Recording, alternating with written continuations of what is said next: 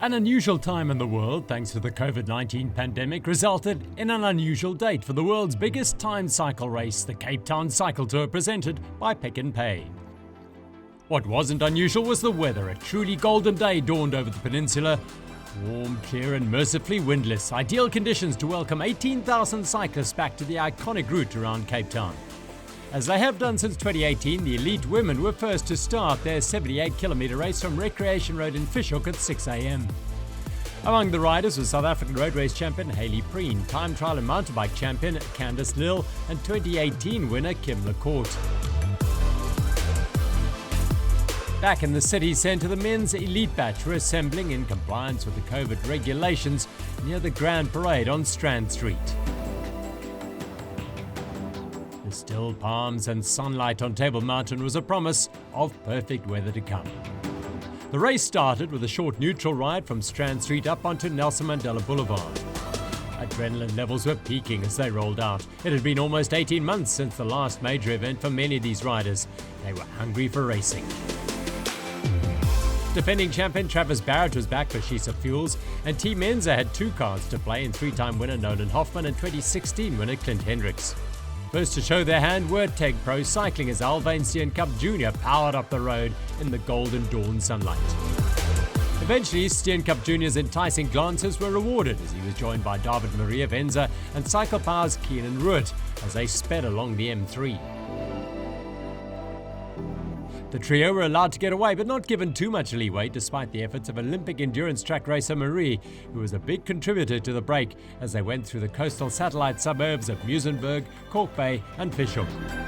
Shisa Fuels were the main chasers, Petri Kraus and JP Lloyd committing to the cause on the front as they snaked through Kalk Bay and St James.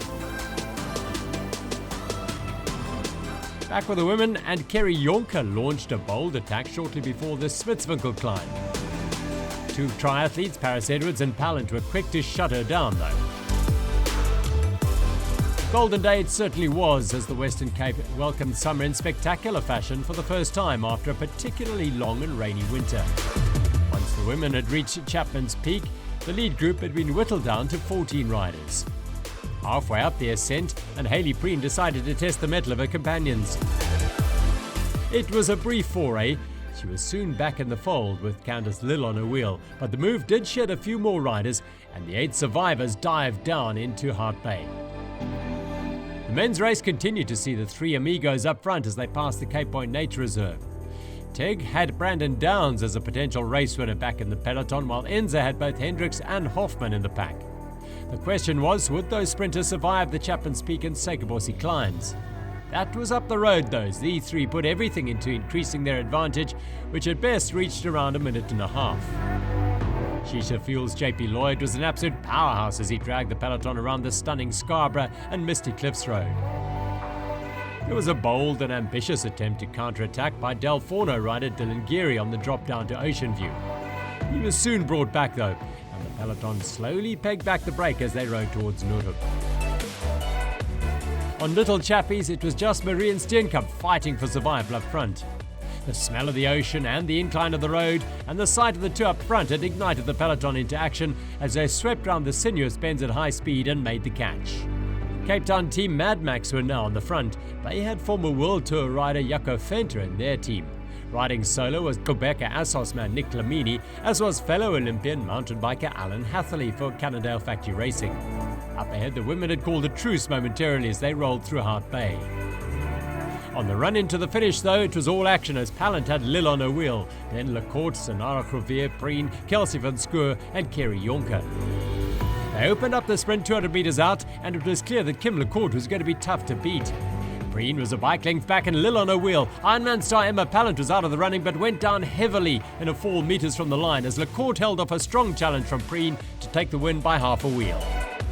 Pretty surreal, to be honest. I did come in with no expectations. I got the green light from my sponsors only on Monday because I'm preparing for Epic, so we were a bit nervous to get into a crash or whatever today. So yeah, pretty happy. I knew I had a chance to get a good result, and I'm really happy I could pull it off for my team and my support team, which is my fiance, my parents, and yeah, my friends. So it's pretty chuffed. Mauritian Kim LaCourte lifted the Carroll Boys trophy for the second time in 4 years. Candice Lill took third behind Hayley Breen in second. Back with the men's race, which had split in two on the Seikobosi climb, leaving sprinter Hoffman with work to do to challenge for a fourth win, which he was able to do in a superb effort along the Atlantic seaboard with great teamwork as well and a sensational sprint. There's one, I think this is probably the one that I wanted the most. You know, it's been a really, really difficult time for everybody. I mean, we're battling this pandemic still, and I mean, I quite personally, I've lost a lot of people, and this time around is just, you know, getting out there and just showing good health and wanting it to honor those people that I've lost, and for the sponsors, you know, supporting us through this difficult time, and I mean also with the Cycle to a Trust for presenting it this year. It just shows that we as a nation that we are fighting and we want to get through this, and to be winning the biggest stage of the calendar, you know, this is a cherry on the cake for me, and yeah, it's incredible, you know. I rode with such determination and just really happy that my stars aligned today. A worthy champion once again. One of his teammates was five-time Absa Cape Epic winner Christoph Sauser. Second went to Christian Janssen van Rensburg, and third to Craig Boys, the only two riders in the Realty Dynamics team. Back out on the road, there were smatterings of spectators encouraging and cheering the riders along. Without any other racing categories and relishing the opportunity to take part in a big event, there was a festival vibe around the ride around the Western Cape. Sponsors Pick n Pay were also celebrating a significant date. Well, it's the first time for me, but it's definitely not the first time for Pick n Pay. It's 3 decades, 30 years in association. We couldn't have asked for a better event. How fantastic was it to be able to be absolutely smiling back again? And you could see with all of the participants as they crossed the line saying thank you to the sponsors. Such a big event. We last held this 3 weeks before the pandemic gripped us.